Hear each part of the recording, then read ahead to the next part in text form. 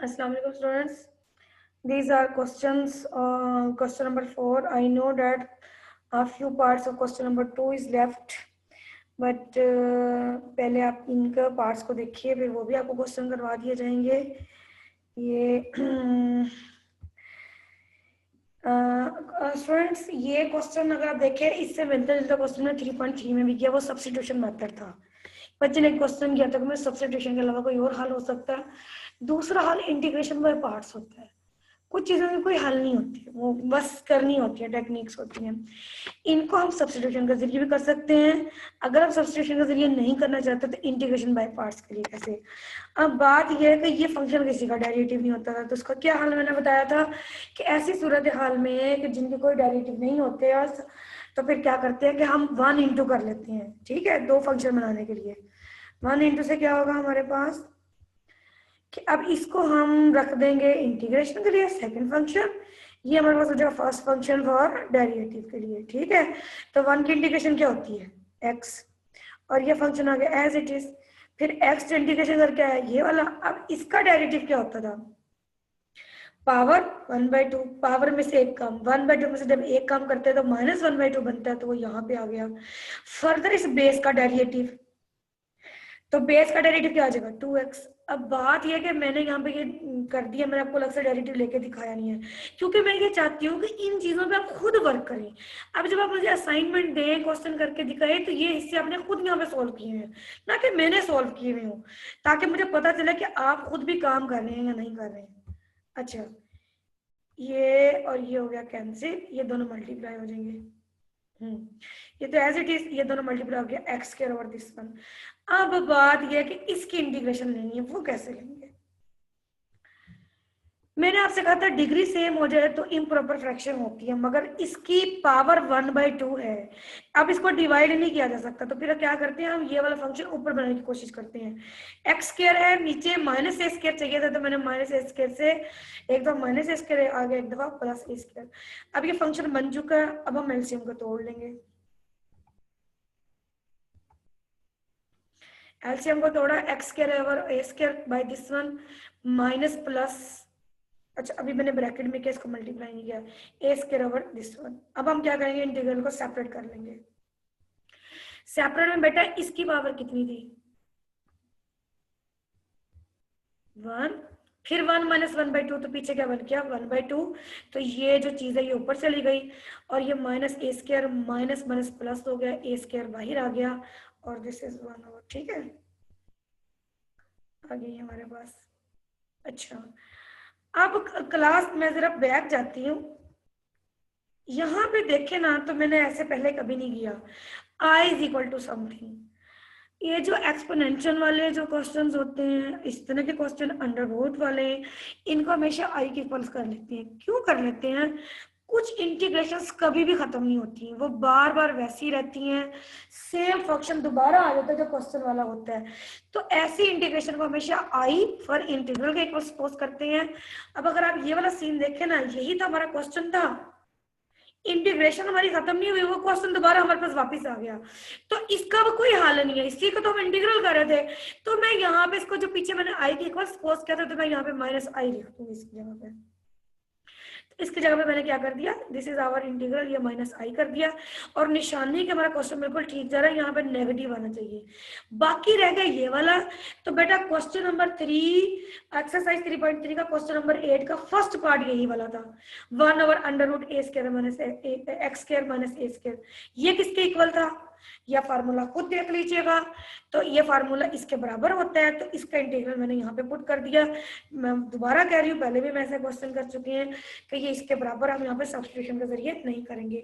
और ये वाला आई बेटा मैंने इधर भेज दिया, आई प्लस आई 2i के बराबर हो गया. अब ये 2 के डिवाइड हो जाएगा, और it is our final answer. Clear है बेटा. सिर्फ क्या चीज है जो स्टार वाली है, जो आपने याद करनी है, वो है आपके पास कि आपने ये वाला फार्मूला, आप ये जब प्रैक्टिस करेंगे तो डेफिनेटली ये फार्मूला आपको याद हो जाएगा. Moving towards next question. अब बिल्कुल सेम वही वाली चीज है, क्वेश्चन नंबर 4 का 5th पार्ट. अब इसको 1 इंटू कर रहे हैं, under root x square plus 4 कर रहे हैं हम.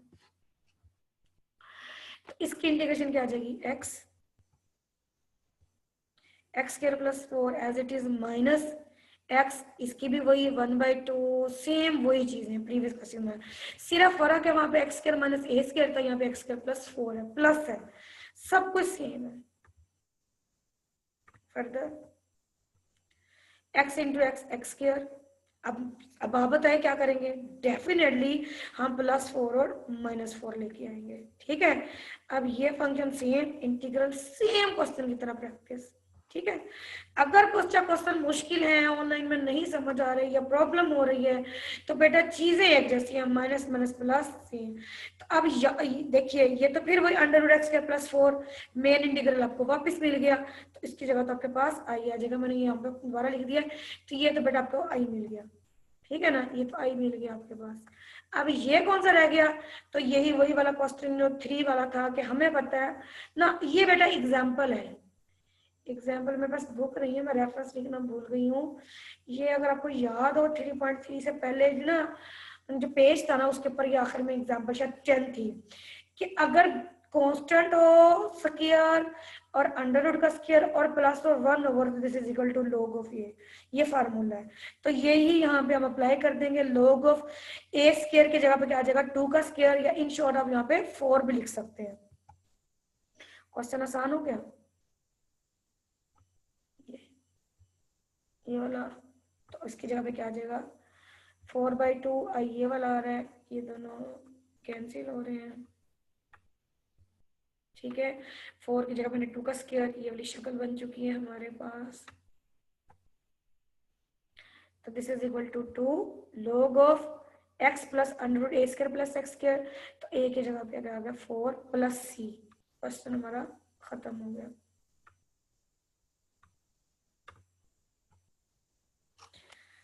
This is very important long question, as such इसकी इंटीग्रेशन मुश्किल बिल्कुल नहीं है, मगर बात वही है कि हमने ये शक्ल बनानी है।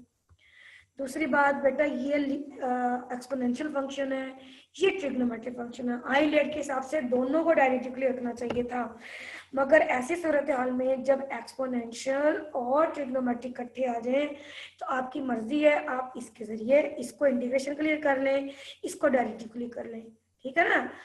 इसको आप f(x) कह दें, ये आपकी मर्जी है, और इसको आप ये g' समझ, सब आपकी मर्जी है, क्योंकि दोनों की इंटीग्रेशन भी पॉसिबल है। बन के मैं जिस तरह से करवा रही हूँ आप उसके ऑपोजिट भी करेंगे, आपका क्वेश्चन ये प्रूव हो जाएगा। नहीं कोई बच्चा ये रहेगा कि ex को क्या रखना है, कोई ये ना कहे, आपकी मर्जी है। मैंने क्या किया है, मैंने इसको कर लिया है इंटीग्रेशन के लिए, इसको मैंने कर लिया है डेरिवेटिव के लिए, ठीक है। अगर आप इसको इंटीग्रेशन के लिए इसको डेरिवेटिव के लिए करेंगे, आपका क्वेश्चन फिर भी प्रूफ हो जाएगा। अच्छा जी, साइन का इंटीग्रेशन क्या होता है, माइनस कोस, उसके बाद होता है जो एंगल का डेरिवेटिव होता है उससे डिवाइड कर देते हैं, यही ट्रिग्नोमेट्रिक फंक्शन के फार्मूले होते हैं ना। तो बेटा कोस bx है ना, कोस साइन का क्या है, कोस है, तो bx का डेरिवेटिव क्या हो गया b, तो ये मैंने कर दिया। अब ये वाली टर्म तो एज इट इज, अब इसका हमने लेना था डेरिवेटिव, ठीक है। तो डेरिवेटिव e एक्सपोनेंशियल क्या होता है, function as it is further power का डेरिवेटिव, तो ax का डेरिवेटिव ए आना था। अब यहाँ पे कोई बच्चा कंफ्यूज ना हो जाए, ये डेरिवेटिव आ रहा है, इंटीग्रेशन नहीं आ रही। मोर ओवर दिया इसको भी मैंने एक वाला माइनस माइनस प्लस, एक कांस्टेंट बाहर आ गया ex cos bx। अब इसका इंटीग्रेशन सॉल्व करना है। अब अगर इधर मैंने साइन को इंटीग्रेशन के लिए रखा था, तो मैं यहाँ cos को इंटीग्रेशन के लिए रखूंगी,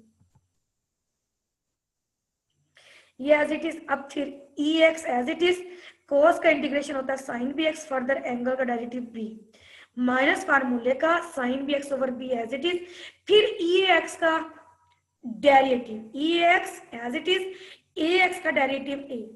ओ वाओ, ये क्या है बच्चों, ये वो आई आ गया जो हमारा क्वेश्चन था, जबरदस्त।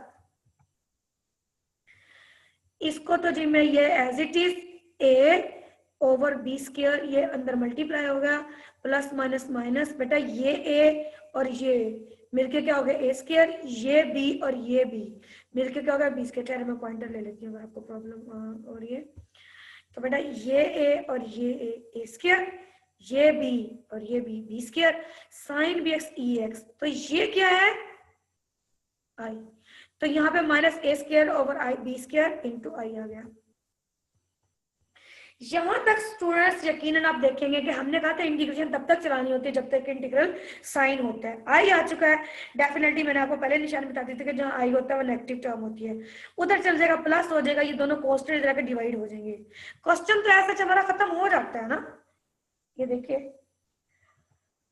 मगर ये मैंने इसका एलसीएम ले लिया और ये मैंने इसको यहाँ पे मैंने क्या किया, ई एक्स मैंने कॉमन ले लिया, इधर से बी और बी स्क्वायर का एलसीएम बी स्क्वायर बनता है ना, तो बेटा ये बी और बी स्क्वायर बी कैंसिल होके माइनस बी इसके साथ मल्टीप्लाई होके आ गया।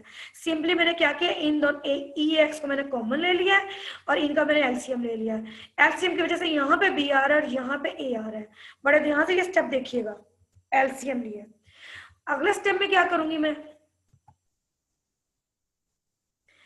बी स्क्वायर, क्योंकि अब एलसीएम हम इसको अलग कर सकते हैं। ये मैंने किस हिसाब से अलग किया, आपको पता है कि अगर हमारे पास प्रॉपर्टी है, इसको गोल्डन रूल कहते हैं, और फ्रैक्शन ए ओवर बी लिखा हुआ है, तो we could write like this, a into 1 over b कर सकते हैं ना। तो मैंने ये अलग कर दिया और ये अंकल बी स्क्वायर इधर आ गए। अच्छा, आप सोच रहे होंगे मिस शो ज्यादा मारती हैं, ए को और बी को ब्लैक क्यों किया हुआ है, यही तो वो बात है।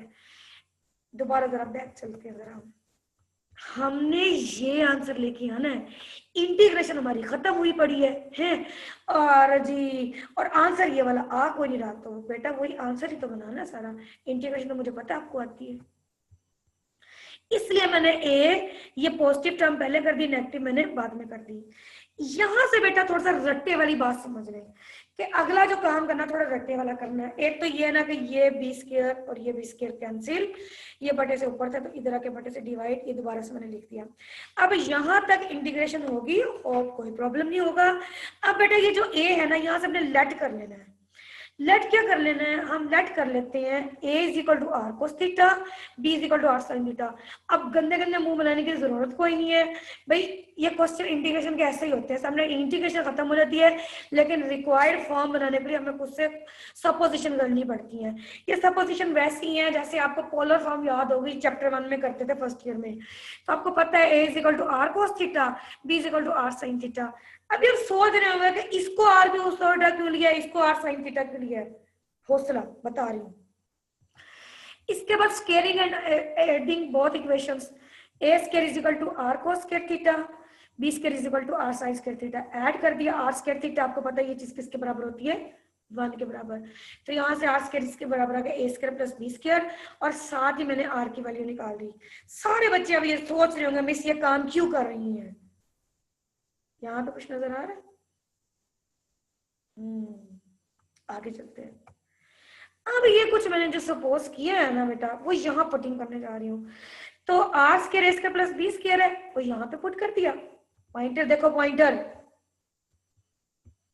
ये इसकी जगह पे क्या आ गया, आर स्क्वायर एक्स। अब ये जो ए मैंने पिंक कर दिया, यहाँ पे मैंने ब्लैक इसलिए नहीं किया, सिर्फ डिफरेंस शो करना चाह रही थी कि मैं इसकी जगह पुटिंग करी। अब ये ऑलरेडी बॉक्स ब्लैक था तो फिर इसलिए मैंने ए की जगह क्या आ गया, r cos theta sine B x ऐसे ही, माइनस बी की जगह क्या आ गया, r sine theta cos B x ऐसे ही। इसका मुझे क्या फायदा हुआ, अगर मैं आर कॉमन ले लूं तो cos theta sine B X और sine theta cos B X, functions दोनों मिक्स। कुछ याद है क्वेश्चन में एक प्यारा सा फार्मूला बनते थे, sine into alpha plus beta that is equal to sine alpha cos beta plus cos alpha sine beta. तो आपने देखा ये तकरीबन वही वाली शक्ल बन रही है, मगर अभी मैं अपने टारगेट की तरफ वापस जा रही हूं। टारगेट में था साइन ऑफ बी एक्स, इसको देखते हुए student, sine of b x को देखते हुए मैं थोड़ा सा अमेंडमेंट कर रही हूं, ये मेरी मर्जी पे ना, मैं इसको पहले लिखूं या इसको पहले, कोई फर्क पड़ता है? आर तो कॉमन चला गया, sine B x into cos theta minus sine theta into cos B x, ये मैंने थोड़ा सा नहीं, कोई फर्क पड़ता है इससे? ये अंकल आर तो बाहर चले गए, ये तो बेटा एक आर तो ये हो गया कैंसिल, इसको कह देती हूं मैं अल्फा, इसको कह देती हूँ मैं बीटा। यकीनन मेरी ज़हीन क्लास समझ गई होगी, अगर इधर प्लस था तो माइनस, तो इधर भी माइनस, कि ये किसका फार्मूला बन रहा है, साइन अल्फा माइनस बीटा, तो अल्फा की जगह क्या आ गया बी एक्स और बीटा की जगह पे क्या आ गया थीटा। मगर रुकिए, क्या हम अपने टारगेट की तरफ पहुंचे? इधर आर आ गया, आर की जगह हम क्या पुट कर देंगे under root A square plus B square. Sine B X minus theta, तो बेटा ये जो मैंने सपोज किया था टेन टेन थीटा में पता ना साइन थीटा और कोस थीटा, ये तो कैंसिल कर दें तो साइन थीटा और कोस थीटा, लेकिन मैंने r sine theta cos theta इसलिए लिख दिया है कि आर साइन थीटा बी के बराबर, आर कोस थीटा ए के बराबर। यहां से आगे थीटा की वैल्यू, वो थीटा की वैल्यू मैंने यहाँ पे पुट कर दी, तो B X minus tan inverse B over A, और ये हमारा क्वेश्चन की रिक्वायर्ड शक्ल प्रूव होगी। होप सो स्टूडेंट्स आपको ये समझ आ गई होगी, कोई प्रॉब्लम नहीं है। अगर प्रॉब्लम ना हो तो आप मुझसे पूछ सकते हैं। कुछ क्वेश्चन हो सकता है मैं आपको ऑनलाइन करवा दूं। मैं कम काम करवा रही हूँ, यहाँ पे बर्डन नहीं डाल रही, इस उम्मीद के साथ कि आप इनको अच्छे तरीके से करेंगे। अल्लाह हाफिज़ स्टूडेंट्स।